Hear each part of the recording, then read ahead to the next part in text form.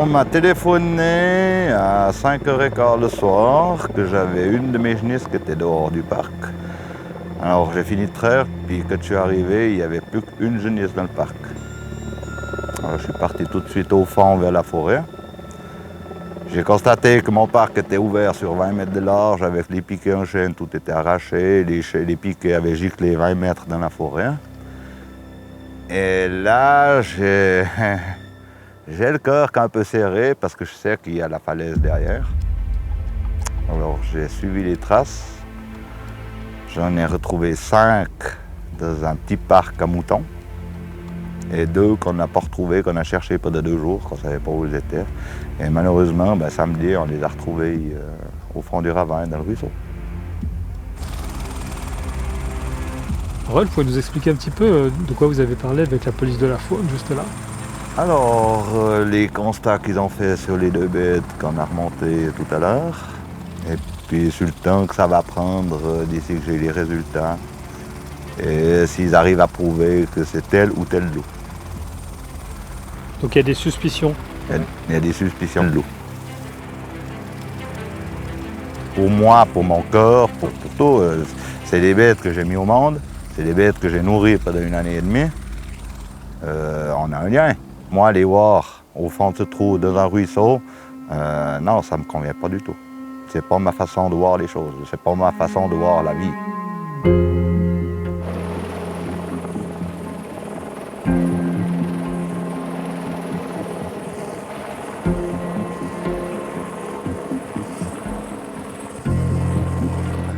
Viens, Doudou, viens. Viens, mes pinsons. Celle-là, la rouge, elle s'est fait mal à la patte, je pense, dans la forêt. Viens, Doudounet, viens. Ouais. Il y a la dernière, là, en haut, elle boite. Celle-là, alors, c'est, je pense, la course dans la forêt, hein, je pense qu'elle s'est fêlé le pied. Et puis, il y a la blanche, mais maintenant, des merdes. Voilà, on ne peut pas voir, elle avait des traces sur le côté, là, de bas en haut. Et puis, vraiment, le coup où elle saignait, on voit bien le coup de dingue, quoi. Mais malheureusement, là, on aurait pu voir, mais non, elle ne reste plus. C'est la vie, elles ont peur. Elles sont... Faudra un certain temps pour que ça revienne. Combien de temps, je ne sais pas.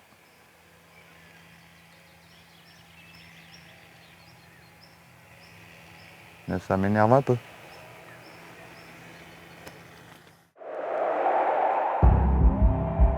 En 1995, le loup réapparaît en Suisse après 150 ans d'absence et il s'y plaît. Venu d'Italie, le grand carnivore se fait d'abord discret, puis en 2012, la première meute se forme. Aujourd'hui, près de 300 loups, 35 meutes parcourent le territoire. Réapparu en 2007 dans le canton de Vaud, sa population ne cesse d'augmenter. 5 meutes sont désormais présentes sur le territoire. La meute du Marché-Rue, formée en 2019, celle du Mont-Tendre en 2023, et 3 meutes transfrontalières, celle du Rizou, apparue en 2021, de Jougne-Suchet et de la Haute-Valserine, formée en 2023. À cela s'ajoute la présence de quelques individus isolés sur le plateau, au total, près de 25 loups. Pour certains agriculteurs, ça passe plutôt mal. Le 6 mars dernier, une dizaine d'entre eux déposent des moutons tués par le loup la nuit, quelques heures plus tôt. Les analyses génétiques attribueront le carnage à un loup solitaire, M121, qui a tué une 50aine de bêtes entre novembre 2023 et mai 2024. Parmi les éleveurs présents, Pierre-Alain Fichter a perdu 2 moutons.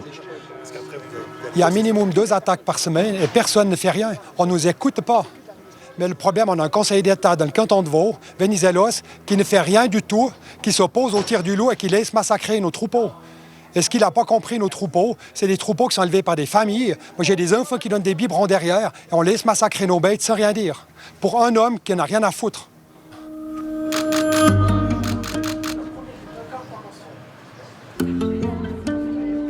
En réponse à cette colère, Les autorités vaudoises, Vassilis Venizelos en tête, cherchent à rassurer. J'ai rencontré les éleveurs qui ont déposé ces bêtes devant le château. On doit prendre en compte la colère des éleveurs, évidemment. Ils ont des équilibres qui ont été construits pendant des décennies qui sont aujourd'hui chamboulés. Et c'est la responsabilité de l'État de venir avec des mesures fortes. Alors le sujet de ce soir polarise, car les intérêts à protéger sont multiples, sont variés, sont parfois contradictoires, et ils se concentrent sur un tout petit territoire. Ne miser que sur la régulation ou que sur la protection mènerait très clairement à l'échec. Nous devons investir dans cet ensemble d'actions pour atteindre la coexistence. Coexistence. Le mantra de l'État et de son ministre écologiste n'est pas au goût de tous les participants de la soirée. Pourtant, le parc Jura vaudois a adressé un questionnaire aux habitants de la région. Et là, surprise, c'est un véritable plébiscite en faveur du loup.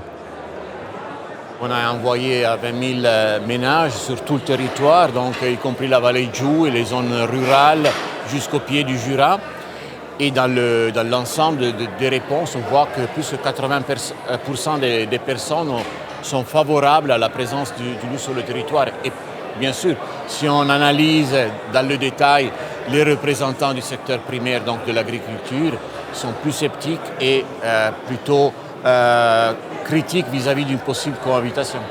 En tout cas, moi, je protège les agriculteurs, les bergers, et puis c'est pas facile de vivre ça. Notre famille, elle a 3 alpages, on sait ce que c'est. Derrière chez nous, il y a des moisons qui se sont fait manger par de loups à quelques mètres du village. Des personnes âgées promènent leur chaise d'eau et le loup suit à 5 mètres. C'est pas si anodin que ça. Voilà. Les apparitions du loup en milieu habité sont de plus en plus fréquentes. Mais selon les statistiques, il n'est pas vraiment un danger pour l'homme. 11 attaques fatales ont été répertoriées dans le monde occidental depuis 1950, et pour 5 d'entre elles, il s'agissait de loups enragés. Le problème est donc principalement au niveau de l'élevage. On a le problème de la sécheresse, du réchauffement climatique, de la pression sur les prix. Et puis effectivement, le loup vient encore renforcer ce déséquilibre dans l'économie pastorale. Et c'est la responsabilité de l'État de permettre la coexistence entre le loup et l'activité pastorale. C'est pour ça qu'on s'appuie sur ces différentes mesures que sont la régulation, la protection des troupeaux et le monitoring. M. Venizelos, c'est une anguille, j'entends. Il est insaisissable. C'est parce que s'il fait tuer un loup, c'est son parti qui lui demande de démissionner, puis s'il en tue point, c'est les autres qui veulent sa peau, j'entends. C'est comme ça, la vie du loup. Mais on doit réguler très, très strictement ces loups, voilà. Le canton a bien essayé de tirer le loup solitaire M121, mais il a perdu sa trace. 3 mois plus tard, Pierre-Alain Fichter est toujours en colère. Sa ligne n'a pas bougé. Il ne se satisfait pas non plus de la politique d'indemnisation de l'État qui paye ses bêtes perdues au prix du marché. Tout ne se résume pas à l'argent. Indemniser, ben voilà, il y a nous quand on voit une bête agonisée et tout, qui a moitié mangée, je peux vous dire que c'est pas un beau spectacle, c'est pas l'indemnisation. Et puis nous, on est des éleveurs. Nous, on élève nos bêtes, c'est pas pour les faire massacrer et tout. On essaie déjà de nous faire taire avec les paiements directs, parce qu'on connaît rien à dire. Et puis maintenant, c'est la même chose qu'on veut nous payer nos bêtes pour qu'on ferme notre gueule pour les attaques de loup, mais c'est plus tenable, quoi. Quant à protéger les animaux des attaques de loups dans des parcs électrifiés, pas facile sur un territoire où les pâturages sont bordés de forêts. L'alpage du Couchant, près du marché-rue, en est un bon exemple. Cette combe s'étire sur 1,5 km. Ici, les troupeaux épars se regroupent naturellement par propriétaire. 145 bêtes, 200 hectares, le tout sous la responsabilité de Didier Mélan.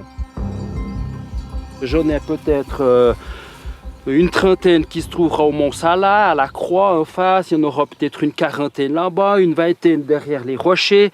Imaginez demander aux bergers d'aller les rapercher pour qu'elles soient en fin de journée dans ce parc de nuit.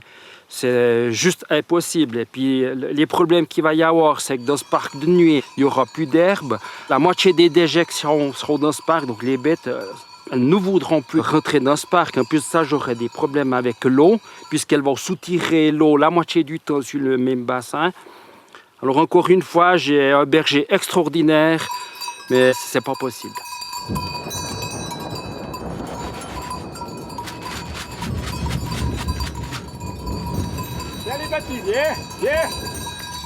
Dans le canton de Vaud, il n'y a pas d'obligation de protéger les animaux de rente contre les grands prédateurs. Cela pourrait changer en 2025 avec la révision de la loi sur la chasse. À chaque éleveur donc d'apprécier la situation. Tous les alpages ne disposent pas d'abris fermés, mais ici, une petite étable permet au berger Claude Remanence de mettre les veaux de Didier Mélan en sécurité, car les jeunes bovins sont les plus vulnérables. Ouais, avec le loup, c'est éteint, c'est pas tant prudent, là, parce que il y en a les plus jeunes, ils ont 3 mois et demi. Hein. Ça fait que c'est vite trop facile, ça, pour le loup. C'est ça qu'on les attache tous les soirs, puis je les ressors demain matin vers 6h30. Mon patron, il m'en confie 40 le printemps. Je suis content de lui en rendre 40 l'automne. Ça me fait de la peine d'en faire un, quoi. Le loup, ça complique un peu la donne pour vous? C'est assez inquiétant quand même. Hein. Mais ma foi, c'est comme ça. Obligé de faire avec. Quant aux chiens de protection, ils sont rares dans les troupeaux de bovins. Les éleveurs redoutent leurs interactions avec les nombreux promeneurs qui sillonnent la région. Pas de misère, hein, parce que pour le moment, bon, on n'en a rien eu, mais c'est toucher du bois. Hein, donc, pour les veaux, non, on ne peut pas faire grand-chose de plus, non, parce que on les rentre la nuit. Les portes, il y a les grillages aux portes. Il y en a qui ont passé 100 mètres qui sont encore d'or, et puis c'est la garde de Dieu, comme on dit. Hein. L'année passée, j'ai eu une attaque au mois d'août, le 15 août. Alors là, on a vu 3 loups parmi le troupeau. Là. Ouais, ça a duré depuis 9h30 le soir jusqu'à 5h au matin. Les bêtes n'ont pas arrêté de courir toute la nuit. Et puis, on a pu éclairer avec des lampes de poche, là. Puis il y avait un loup de ce côté, et puis il y en avait 2 en haut sur le sapin de l'autre bord, là. Et puis, quand celui-là, il descendait, les bêtes partaient en bas, puis c'est les 2 autres qui redescendaient contre le troupeau. Puis ça faisait de la navette, là. C'est toute la nuit comme ça. Ouais. Bon, moi, je pense qu'il va revenir. Hein. S'il a trouvé un garde-manger là, il va revenir. À mon avis, je sais pas, là, je peux me tromper, mais... Ouais. Je sais pas ce qu'il faudrait mettre pour protéger le troupeau, je sais pas si... Je sais pas. Et toi, il a vu que... Preuve que le loup est bien là, quelques jours avant cette rencontre, une génisse s'était attaquée sur un alpage voisin. Menée chez le vétérinaire, elle a dû être euthanasiée. Pour établir les bases scientifiques de la gestion du loup, la Confédération et les cantons ont mandaté la fondation Cora, spécialisée dans l'étude des grands prédateurs. Mais pour mieux connaître le loup, il faut aussi s'intéresser à ses proies potentielles, le bétail. Les chercheurs ont donc équipé les vaches de colliers GPS. Là, vous en avez déjà pas mal, je pense. Là, on a pas mal de séquences. Là, on est en train de se regarder pour venir un peu plus en fin de journée ou en début de journée. Peut-être qu'il y a un peu plus d'autres comportements. Ouais. Ce projet-là particulier, il est né parce que beaucoup d'éleveurs de bergers se plaignent qu'il y a un changement comportemental de leurs animaux depuis que les loups sont présents et s'attaquent aux bovins.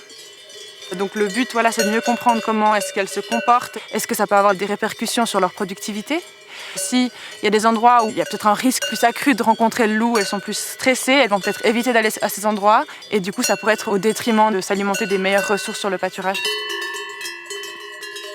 Cette approche permettrait de prédire à 90% les comportements des vaches. Mais il n'y a pas que les bovins. Une louve a été capturée et également équipée d'un collier GPS. On l'appelle F186, c'est la femelle dominante de la meute du Mont-Tendre. Le fait de poser un collier GPS sur un loup, on apprend plein de choses sur leur déplacement, sur la taille de leur territoire, aussi sur leur rythme d'activité. Et puis on peut aussi collecter des informations sur la prédation, quelles espèces d'animaux ils prédatent, le sexe, l'âge, à quel rythme il est prédate. Et puis à la fin, ça nous permettra aussi d'avoir des informations sur l'influence du loup sur son écosystème. Le fait a été démontré. Le loup régule les ongulés, cerfs, chevreuils qui dégradent les forêts. Il a donc un effet positif sur l'écosystème. Une étude de 5 ans menée par Cora sur les crottes du loup a établi que la nourriture du grand carnivore est constituée à 83% d'animaux sauvages et 17% d'animaux de rente, essentiellement des moutons. Mais le loup fait partie des espèces strictement protégées par une convention internationale ratifiée à Berne. La Suisse est obligée de la respecter. De l'autre côté, les animaux de rente ont aussi droit à une certaine protection. La coexistence entre eux est donc une question d'arbitrage. Représentants de l'État, les inspecteurs de la police faune-nature sont sollicités chaque fois que le loup s'attaque aux intérêts de l'homme. Les loups s'attaquent principalement aux bovins dans le Jura vaudois, en l'absence en fait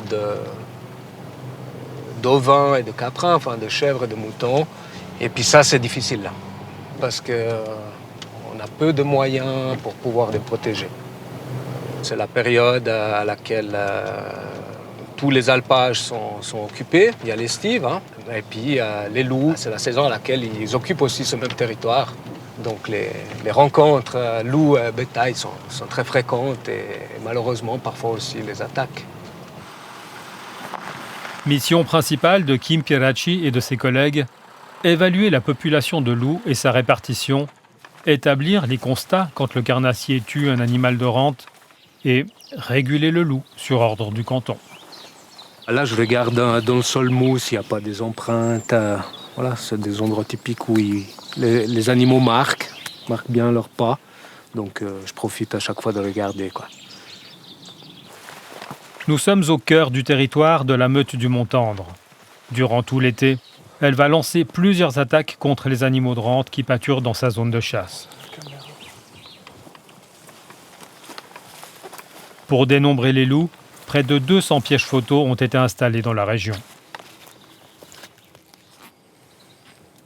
Au fil des ans, c'est notamment ce genre de pièges photographiques qui nous ont permis de suivre l'augmentation de l'effectif des loups dans le canton de Vaud, la détection des reproductions. Tous les résultats en termes de monitoring qu'on a sur le nombre de loups viennent des appareils photo.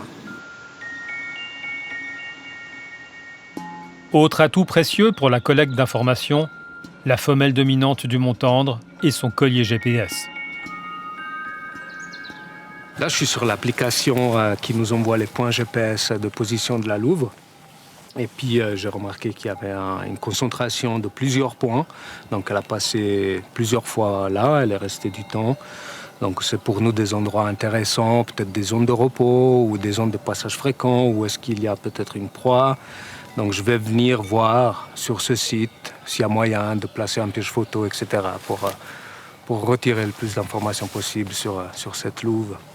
Et là, on arrive à savoir quel était le dernier passage de la louve. Alors là, si je regarde un peu les derniers points, c'était environ 200 mètres plus bas, ce matin. Donc il y a quelques heures. Si ça se trouve, elle nous observe alors. Si ça se trouve, elle nous observe.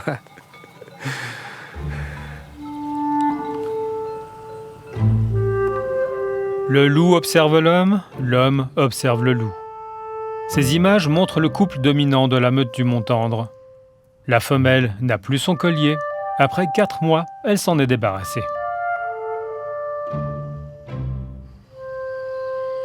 Sur les chemins du Jura, on rencontre aussi des passionnés du monde sauvage.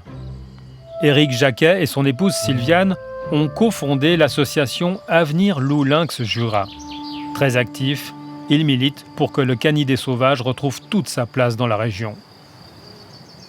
Oui, là, c'est un passage de loup, une autoroute de loup, comme on peut dire. Quand il y a un tout petit peu de neige, moi, je viens là, puis on voit... Là, j'avais un passage de 8 loups. Et puis, comme nous, en fait, les loups, ils ont des bornes olfactives. D'ailleurs, j'en ai une là, que j'avais ramassée ici il y a déjà bien une année. Et puis justement, on peut voir ce qu'il mange. Puis là, il n'y a aucun doute que c'est un loup parce qu'il y a plein de poils, des bouts d'os. Et puis ça pue vraiment. Parce que le loup, quand il mange, hein, il ne trie pas, il enfourne. D'où la faim de loup, bien sûr. Le couple n'est pas prêt d'oublier son premier contact avec le grand carnivore. La première fois, donc je les ai pas vus, ils sont passés à côté de moi. J'étais dans ma voiture, j'ai ouvert la fenêtre, ils sont passés à côté en hurlant. J'ai pleuré. Quand ils sont plusieurs à hurler, c'est vraiment prenant. Ça. Moi, même quand maintenant, j'ai des frissons. Ils se parlent entre eux, il y a différents sons, c'est pas des hurlements comme on a l'habitude d'entendre à la télé. Hein. C'est vraiment, il y a des différents sons, différents on peut tonalités. les reconnaître, hein, les femelles, les mâles, les petits. Les petits, ils appellent parce que les adultes partent chasser, puis les petits, ils restent. Et puis quand ils veulent qu'ils reviennent, ils appellent. Puis on entend très bien que c'est des jeunes qui pleurnichent, dire on est là, on a faim. Ouais, on a encore eu la chance de voir la meute entière, 13 ou 14, avec des adultes et des plus petits. Mais ça, c'était aussi prenant. La meute du Marché-Rue en 2022. Cette image rare montre la horde au grand complet avant son éclatement. C'est elle qui est à la source des 5 meutes du canton de Vaud.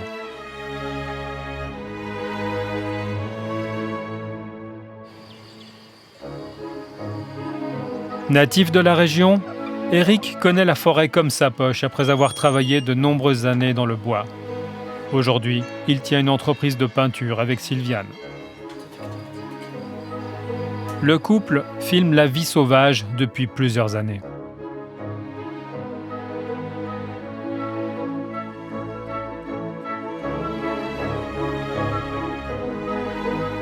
Le retour du loup, rien ne pouvait leur procurer autant de joie.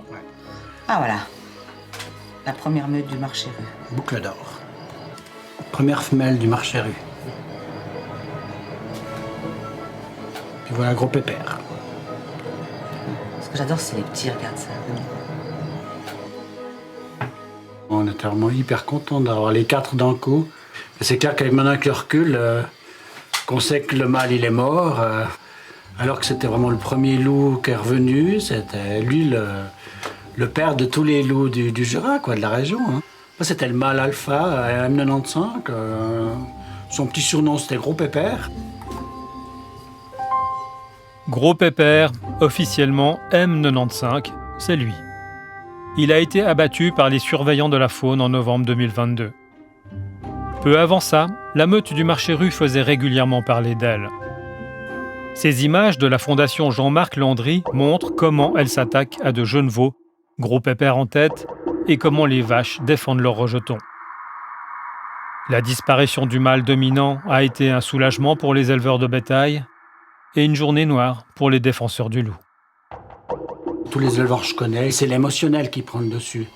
C'est vraiment, ils acceptent de perdre, 5 bêtes dans l'année de maladies, d'accidents.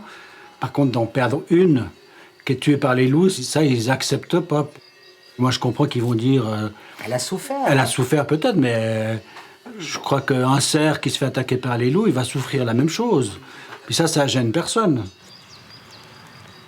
Dans l'association, on a toujours dit dès le départ, on est contre les tirs de loups, sauf un loup qui serait vraiment enragé.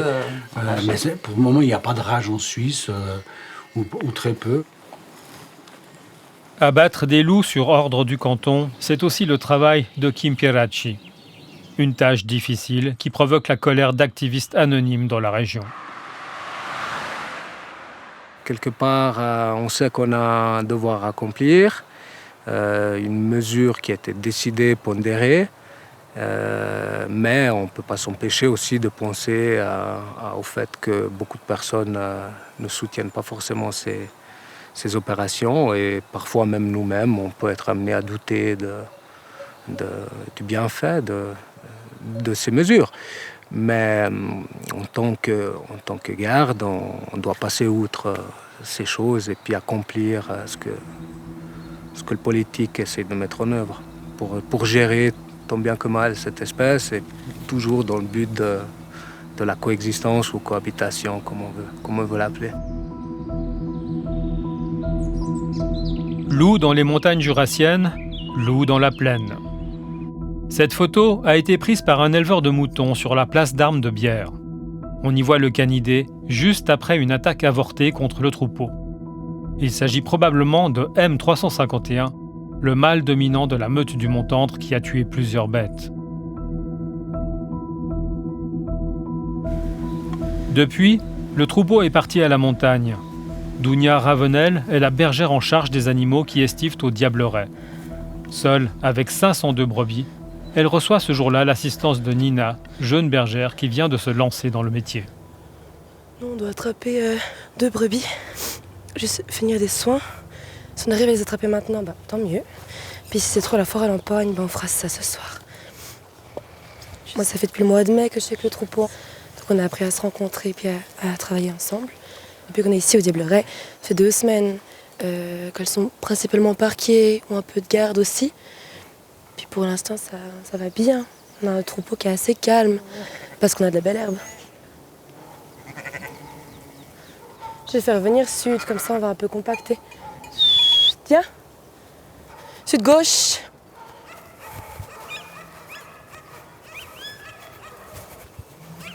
Le loup, c'est présent, l'esprit ? Oui, j'en ai rêvé cette nuit. Donc oui, c'est présent, c'est clair. Oh, trop pianina. C'est un paramètre supplémentaire à gérer. Oui, bien sûr. Et qui peut créer de l'angoisse, qui peut créer plus de pression. Mais là, pour l'instant, j'ai pas eu de prédation. Ici, en tout cas. Voilà, c'est bien, ça sort. Ouais, elle avait un abcès, regarde Nina, elle avait vraiment... Le trou, il est là, en fait. T'es bien. Oh, je suis contente. Alors, moi, j'ai pas peur pour moi. Et c'est juste que c'est toujours une sorte de menace, en quelque sorte. Mais comme on en discutait avec une amie, comme des maladies qu'on a aussi. En fait, nous, on doit veiller et appréhender tout ça. Ça, c'est bien, viens. Viens au pied. Être bergère, c'est passer beaucoup de temps à mener les bêtes d'une prairie à l'autre pour les faire paître. Allez, Sud. Doucement, gauche. Au pied. Les déplacements peuvent être risqués. Le loup choisit souvent ce moment-là pour attaquer. C'est bien ça.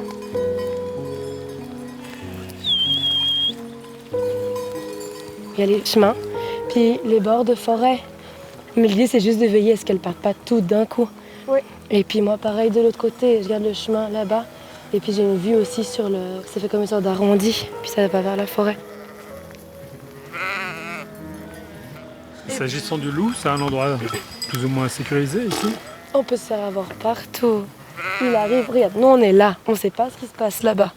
Moi j'ai ma chienne, mais elle est placée là-bas pour garder les moutons, mais on n'en sait rien. Et c'est... On peut pas avoir un œil partout.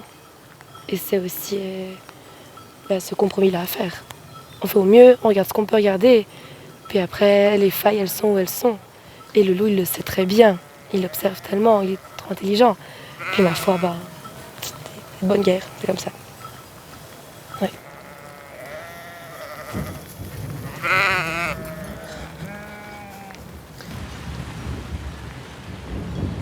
La journée de travail du berger n'est pas de tout repos. Levé à l'aube et travaille auprès des bêtes jusqu'au soir. Betty Torel est bergère à l'alpage du pré de Denan. La présence du loup l'oblige à adapter sa manière de travailler et à l'entendre, cela ne favorise pas le bien-être des veaux. Les veaux, je vais quand même les rentrer avec le bassin. Journée ou bien ? Si du coup j'ai du monde pour me les garder la nuit, moi j'aime autant. Ouais. Parce que les veaux sont quand même mieux la journée dedans et la nuit dehors. Je pense que le mieux c'est de regarder comment ça évolue aussi sur les autres alpages autour. Tu vois, si d'un coup on peut avoir une équipe qui peut rester chez toi, alors à ce moment-là oui tu peux les rentrer la journée puis nous on reste là la nuit. Mais si tout à coup comme les autres années il y a de la pression autour. À ce moment-là je ferai un autre tournus avec les veaux. Pas de problème. Depuis 2020, les éleveurs qui le souhaitent peuvent recevoir une aide gratuite. Jérémy Moulin dirige Opal. Cette association propose à des bénévoles et des civilistes de relayer les bergers sur les zones d'estivage afin d'assurer une surveillance nocturne des troupeaux. Le but, prévenir les attaques des grands carnivores, lynx, loups, sur les animaux de rente. Vous êtes mis... En général, on se met un peu sur une petite crête, juste au-dessus, quand le troupeau broute encore. Ouais. Et lorsqu'il commence à se poser, là, on se rapproche un peu. Si vous voyez que vraiment, ils restent assez ensemble, assez grégaires, ça se passera bien. Mais si ils se scindent et puis qu'il faut trop faire d'aller-retour entre les deux troupeaux, ça va être compliqué. Donc il faudrait qu'on trouve une autre solution. Ce soir-là, les équipes d'Opale se déploient dans plusieurs alpages jugés à risque. Sur celui de la Seiche de Gimel, en dessous du marché rue, les veaux passent toute la nuit sur des pâturages ouverts au milieu de la forêt. 2 veilleurs viennent s'y installer. Ça a été la nuit passée? Vous êtes bien fait rincer. Ouais, j'ai passé la dernière heure avec elle sous l'épicéa parce que c'était devenu trop chaud. Avec le vent et tout. Ouais, trop bien. On va... À demain? À demain, ouais. Normalement. Bonne surveillance alors. Merci, Merci, ciao. Merci à vous. Ce soutien apporté aux bergers dépasse la seule surveillance. Il vise aussi à gérer les conflits entre l'homme et l'animal sauvage et à favoriser leur cohabitation. Le temps est couvert, la météo idéale pour le loup qui profite de la brume pour se dissimuler. On espère pas trop pluvieux, déjà, contrairement à hier. J'ai juste un truc dans les jumelles, là.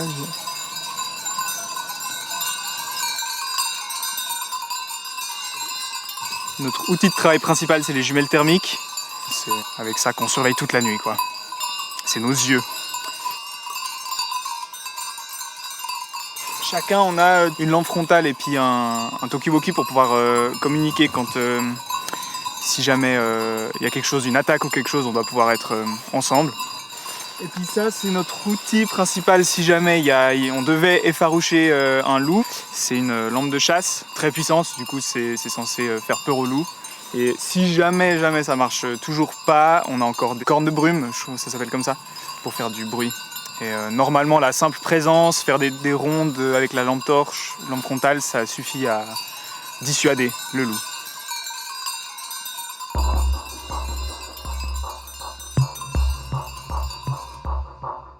Voilà ce que les veilleurs guettent toute la nuit. Dans l'obscurité, sans l'aide des jumelles thermiques, les loups passeraient totalement inaperçus. Ces images ont été enregistrées dans le Jura vaudois, une autre nuit de veille. Il y a un loup. Quant à cet effarouchement réussi, il a été filmé sur l'alpage de Bonavaux, en Valais. Il y a un loup, il y en a 2. Il y a 2 loups, en face de moi. Hé hey!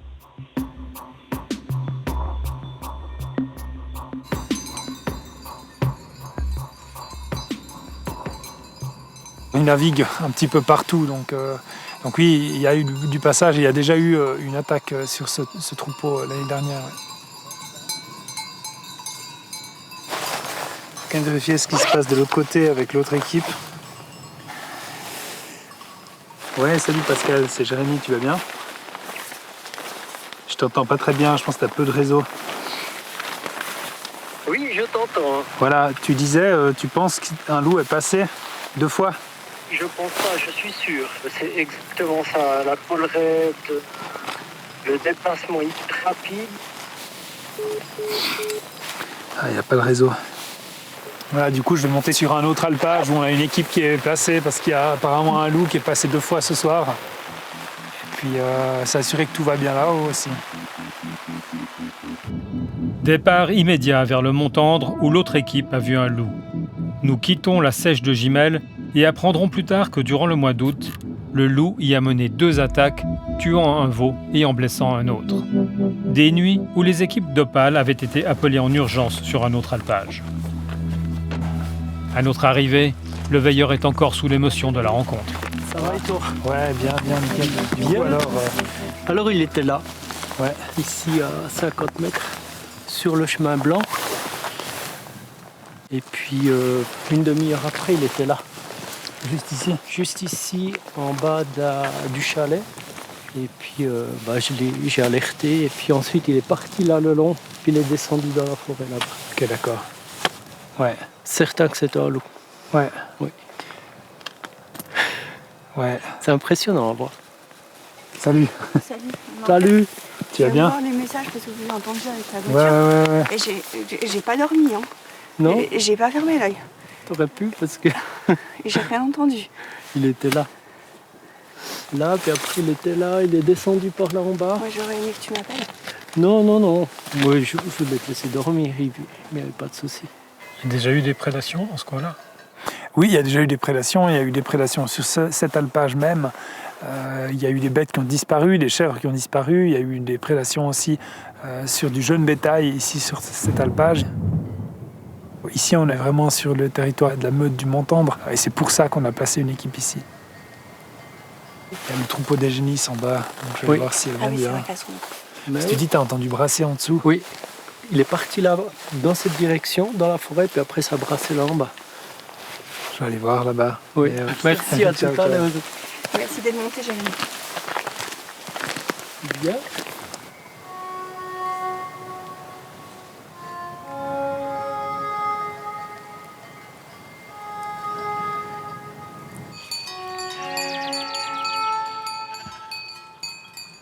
Dounia vient d'arriver au col des Mosses avec les moutons. Elle n'est pas bergère depuis longtemps, mais est entièrement dévouée à ses protégés. Je suis avec eux tous les jours. Du lever du soleil au coucher du soleil. Puis la nuit, j'ai toujours une grande partie de mon cerveau qui est quand même avec eux, savoir qu'est-ce qui se passe, est-ce que tout va bien. Il y a une telle intimité qui se crée avec eux. On en a 502 et tous les jours, je les ai sous les yeux. Alors, je les connais pas tous, mais je les vois tous. C'est ma famille, c'est mes bébés. Une grande famille.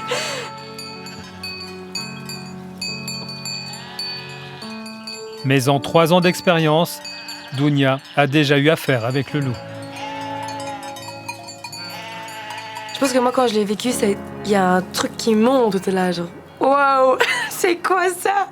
Et la première fois que je l'ai vu, c'est donc le Jura français où là, il nous suivait le matin. Oh nom de Dieu. Oh!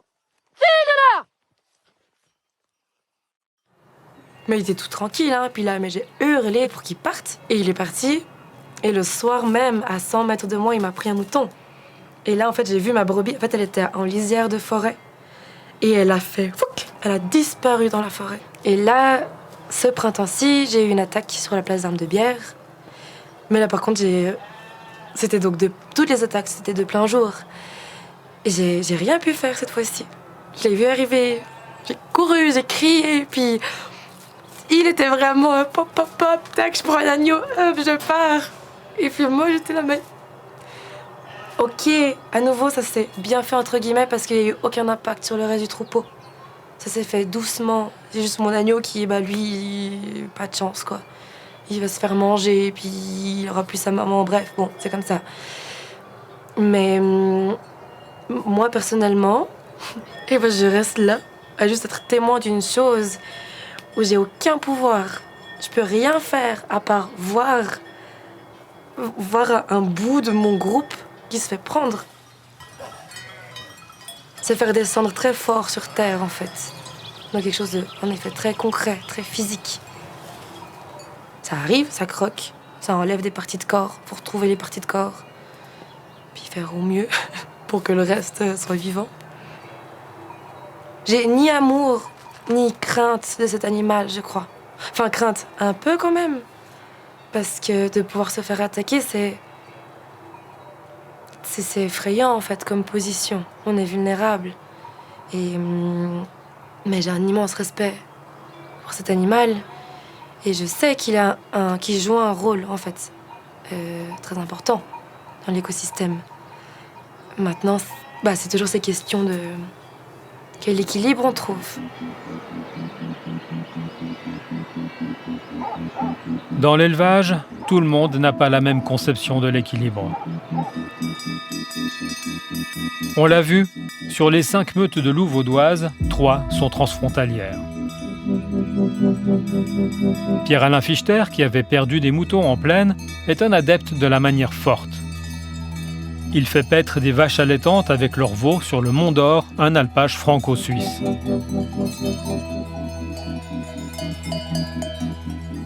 Avec son berger, Patrick Maire, il juge la gestion du loup beaucoup plus efficace de l'autre côté de la frontière.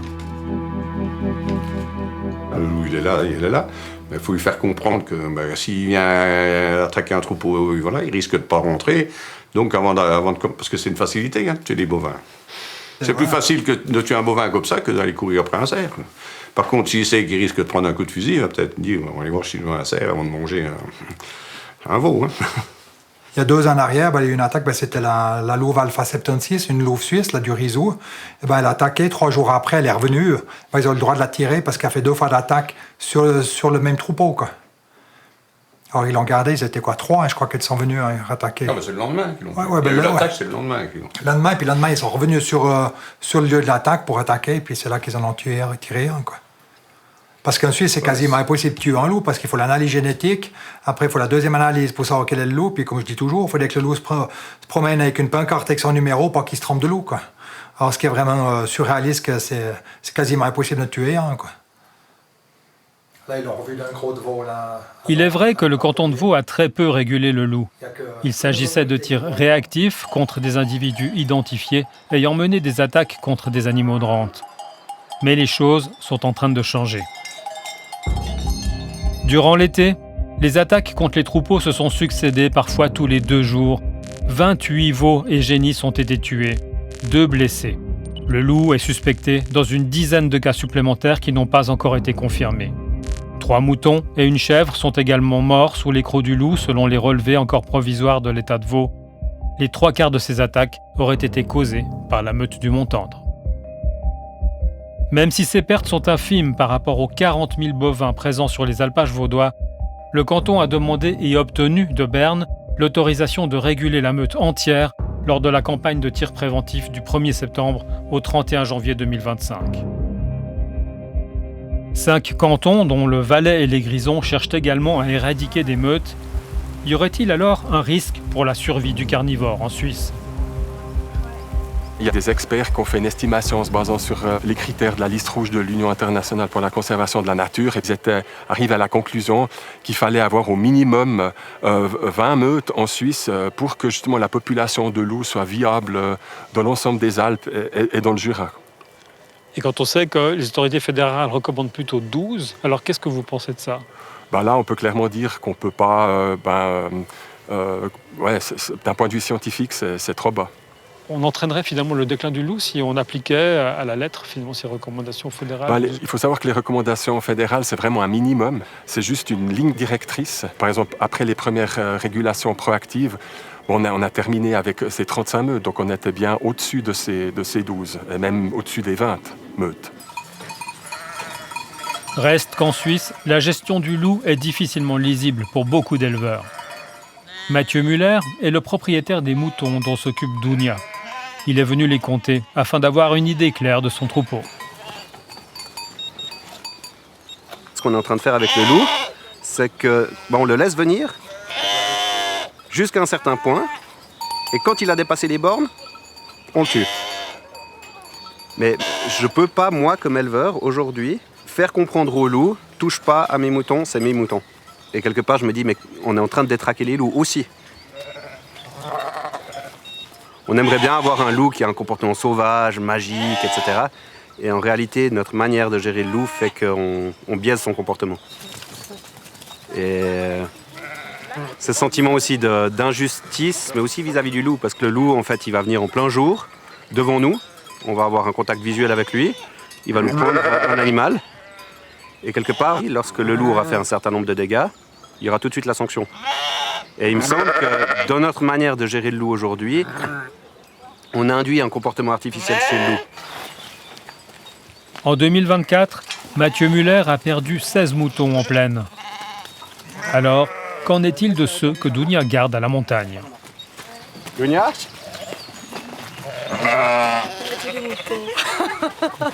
Combien ? 500 plus les deux qui n'avaient pas de marque, donc 502. Donc on n'en a pas perdu. Dounia, depuis qu'on est parti de bière, n'a pas perdu de mouton. Merci, bravo.